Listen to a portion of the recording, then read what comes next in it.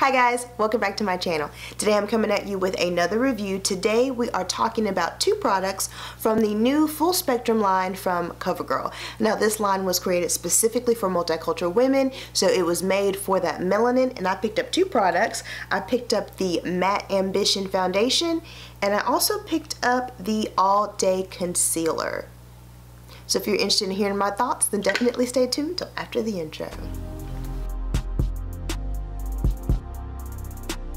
Okay guys, so I'm reading specifically from the CoverGirl website underneath the full spectrum page, and it says, specifically designed to address the skin and color needs of multicultural women, full spectrum features super rich pigments that pop and are bold and hydrating shades that stand out. No more downplaying, it's the full you with full spectrum. Designed specifically with multicultural women in mind, we set out to create a line of seriously pigmented colors like no other. So this is specifically for my melanin skin divas. And I know if you go on any type of like Ulta's website, you can see some of the reviews weren't very high because it had such a low shade range, and I kind of get it. I am for all inclusive. I don't want any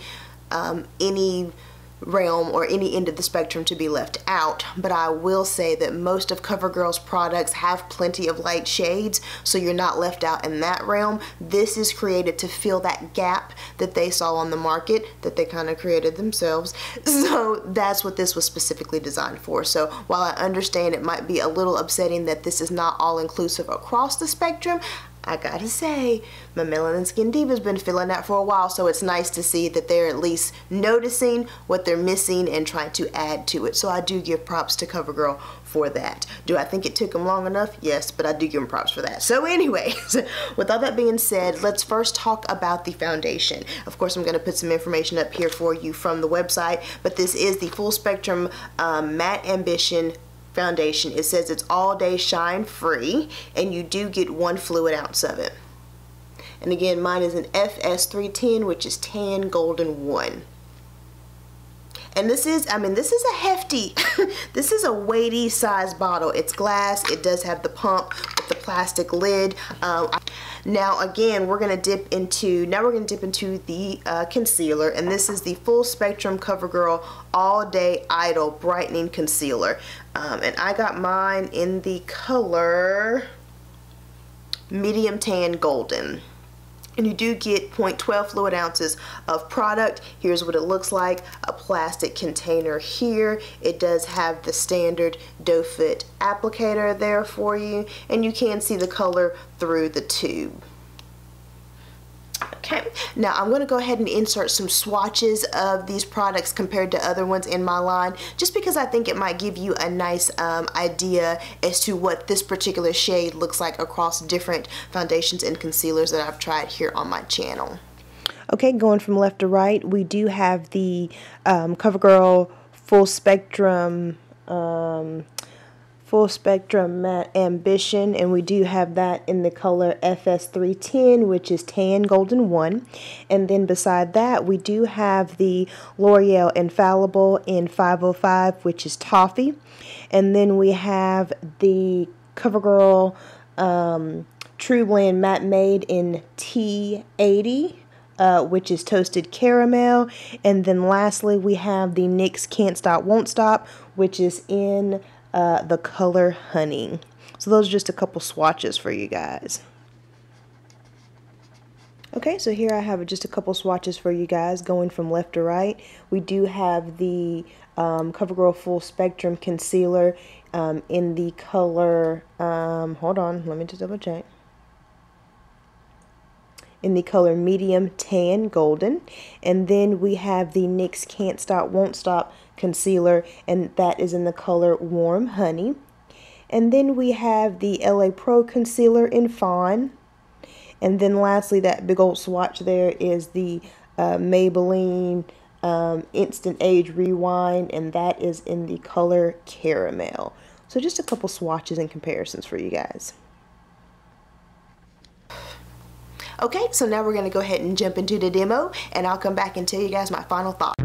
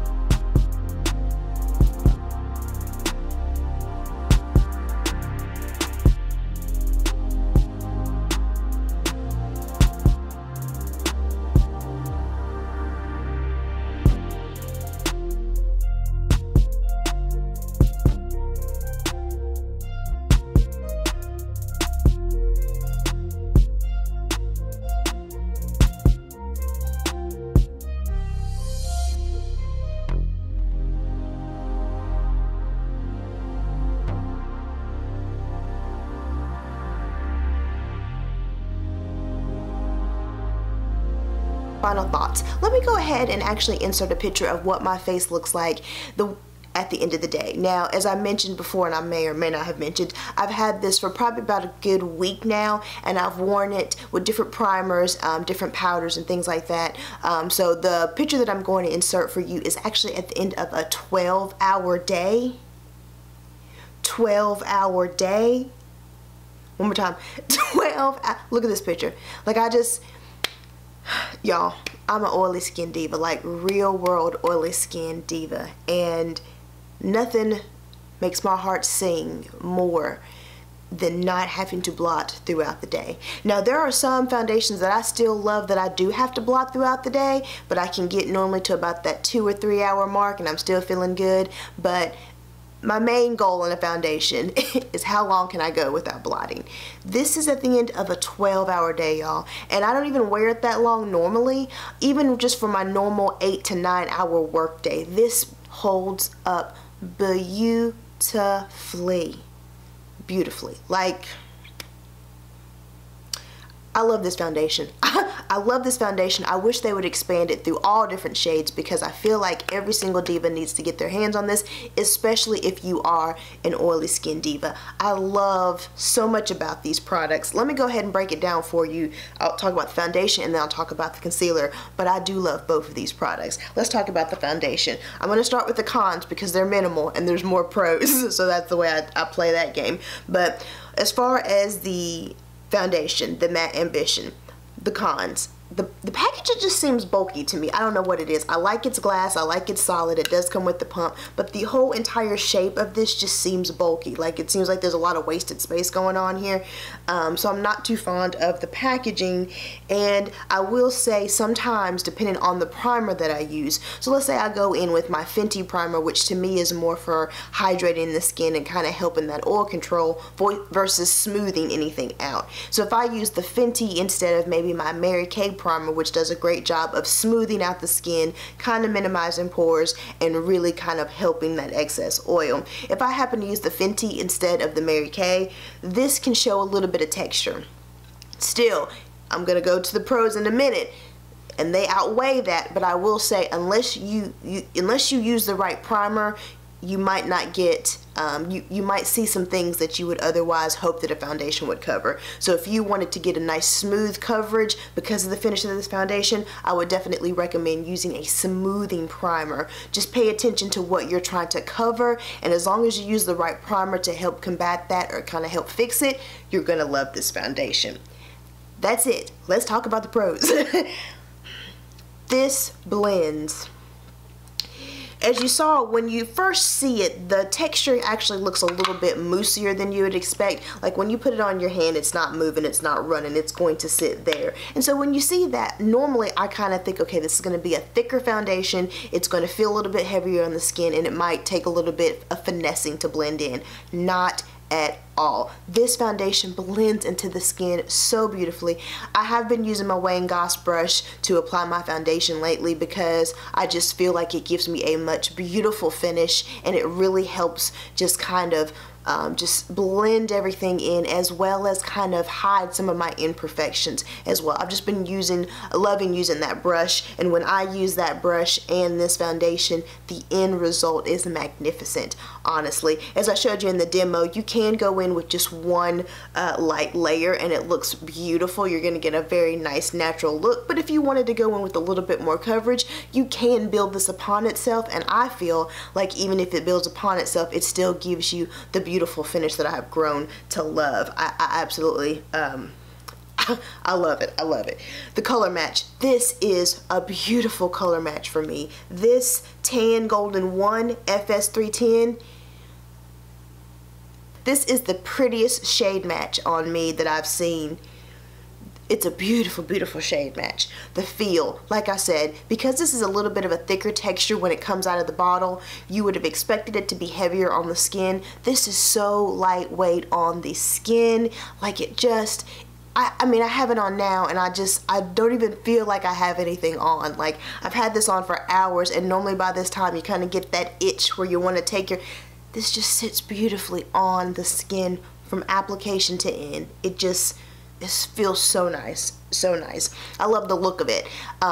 This is a very natural looking foundation. Like, to me, it does a great job of evening my skin tone and kind of evening everything out and kind of hiding some discolorations. It does a great job about that, but it doesn't mask the face. It doesn't sit on top of it. It doesn't completely blank out any type of flaw or blemish or anything.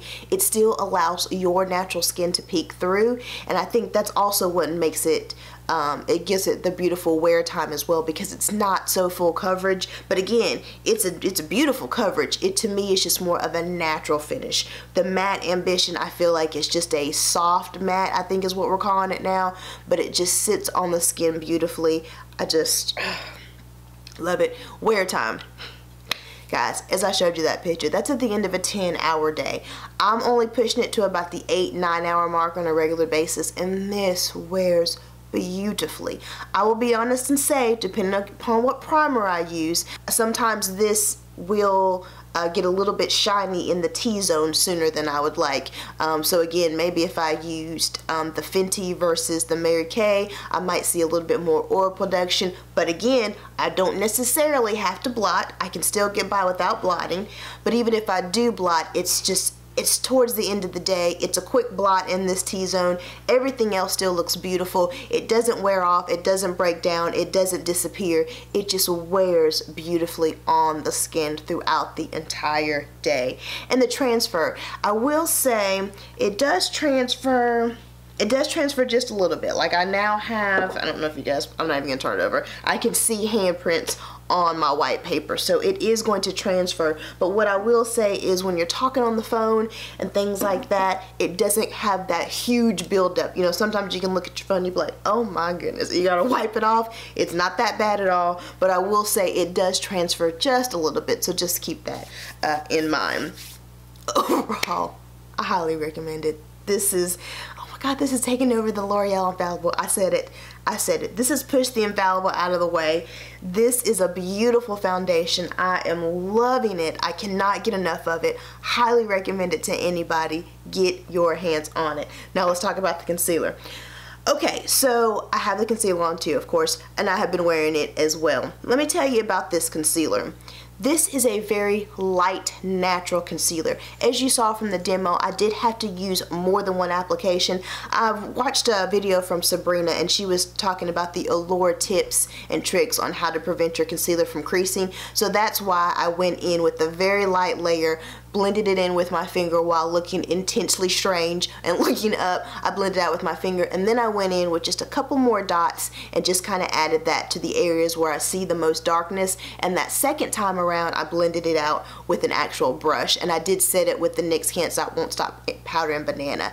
And those are just, the reason why I did that is because it's supposed to be better to apply your concealer in light layers versus packing it all in, and that kind of helps with the creasing. I have under eye texture and lines, so it's going to crease somewhat, but I have been noticing it's been creasing a little bit more than that, and so I'm trying to use those tips and tricks to kind of help it out. So I still think this is a beautiful, beautiful concealer. You do have to use a little bit more. I highly recommend going in with 2 layers, or maybe going in with this and maybe something else that gives you just a little bit more coverage.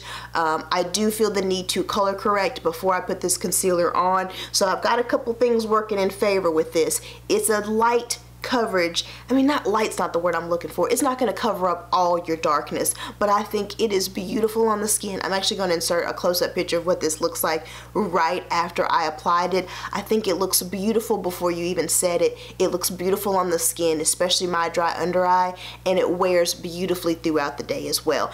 Both of these products, I feel, aren't full coverage anything, but they give you a nice, natural, maybe medium coverage look. So there's a little bit of imperfection peeking through, but the finish of both of these is so beautiful that those imperfections actually look flattering versus highlighted. So it's almost like you've got this natural look on your face. You've got some things smoothed out, some things covered up, some things even toned, but some of those imperfections are peeking through to where it looks very natural on your skin, but it's not a disappointing coverage at all. I thoroughly enjoy these, and I'm very surprised about the concealer because I do prefer a more full coverage concealer for my under under eye area. But because of how this looks and how this wears, I still love it. It's actually now in my rotation. Like the way this foundation, or the way this concealer wears. It definitely ain't touching my Too Faced. I mean, it definitely ain't touching that. Neither is the NYX. But I'm just saying, not a bad concealer to have. I actually do like wearing this on a regular basis, especially with this foundation, because the combination is beautiful. So I highly recommend both of these products. If you see it in your local store, definitely get your hands on it. And I hope that information helped. And if it did, please give this video a thumbs up. And while you're here on my channel, take a look around, see what else your girl has to offer. And if you're liking what you're seeing, hit that subscribe button. And I hope to see you in my next video. Bye.